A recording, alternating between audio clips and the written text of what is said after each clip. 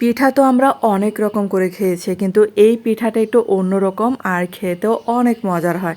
আসসালামু আলাইকুম সবাইকে। তো এই পিঠাটা হচ্ছে সম্পূর্ণ প্যানে বানাতে হয় আর একদম সোজা সাপটা একটা পিঠা। আর এই জন্য আমি ১ কাপের মতো মানে চাল ভিজিয়ে রেখেছিলাম, আতপ চাল। এটাকে মানে ১ থেকে ২ ঘন্টার মতো ভিজিয়ে রাখলেই হবে। আর এখন এগুলাকে ব্লেন্ড করে নেব। চাইলে আপনারা শিলপাটাও এটা বেটে নিতে পারেন। অল্প একটু পানি দিয়ে এটাকে ব্লেন্ড করে নিচ্ছি। আর এখন একটা বাটিতে ব্লেন্ডারে যে চালের মিশ্রণটা ঢেলে নিলাম। আর এটার মধ্যে এখন এই যে 1/2 কাপ দিয়ে দিলাম সুজি। সুজিটা দিলাম পিঠাটা যেন অনেক সফট হয়।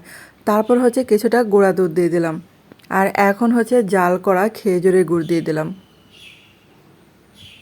তারপর হচ্ছে এই ছোট বাটিতে 1 বাটি দিয়ে দিলাম নারকেল কোড়ানো, স্বাদ মতো লবণ দিলাম। আর এখন এগুলাকে ভালো করে মিশিয়ে নিতে হবে। আর গুড়টাকে কিন্তু আমি একটু জাল করে গরম অবস্থায় এখানে ঢেলে দিয়েছিলাম।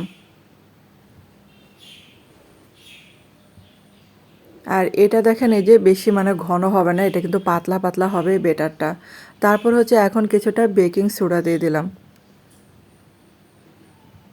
তো আমার কাছে এই সোজা সাপটার পিঠাটা খেতে এত মজার মানে লেগেছিল। আর এই পিঠাটা মানে বানালে দেখবেন যে সারা বাড়ি গ্রানে মোমো করবে। এত মানে সুন্দর একটা গ্রান বের হয়, কারণ হচ্ছে খেজুরের গুড় দেওয়াতে। আর এই যে আগে থেকে মানে একটু সামান্য তেল ছিল এই প্যানের মধ্যে, তো এটার মধ্যেই দিয়ে দিলাম ঢেলে। আর উপর দিয়ে কিছুটা নারকেল কোড়ানো দিয়ে দিলাম। আর এটা যেহেতু প্যানের মধ্যে করা হয় সম্পূর্ণ রান্নাটা, আর এটাকে আমি কেক পিঠাও বলা যাবে, আবার কড়াই পিঠাও বলা যাবে। আর এটার উপর দিয়ে যে নারকেল কিশমিশ দিয়ে দিলাম একটু সৌন্দর্যের জন্য।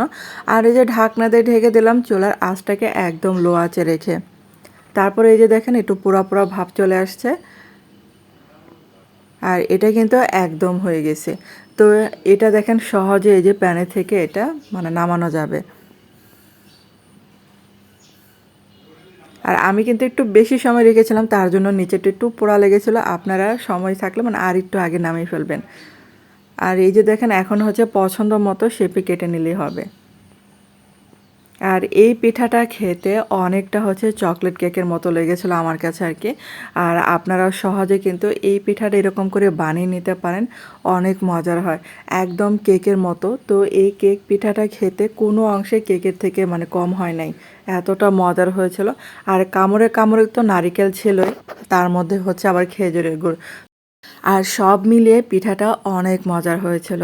আর বন্ধুরা যারা আমার চ্যানেল আজ প্রথম ভিডিও দেখছেন কিন্তু চ্যানেলটাকে সাবস্ক্রাইব করতে ভুলে গেছেন, প্লিজ তাদের কাছে অনুরোধ রইল চ্যানেলটাকে সাবস্ক্রাইব করে আমার পাশে থাকতে পারেন।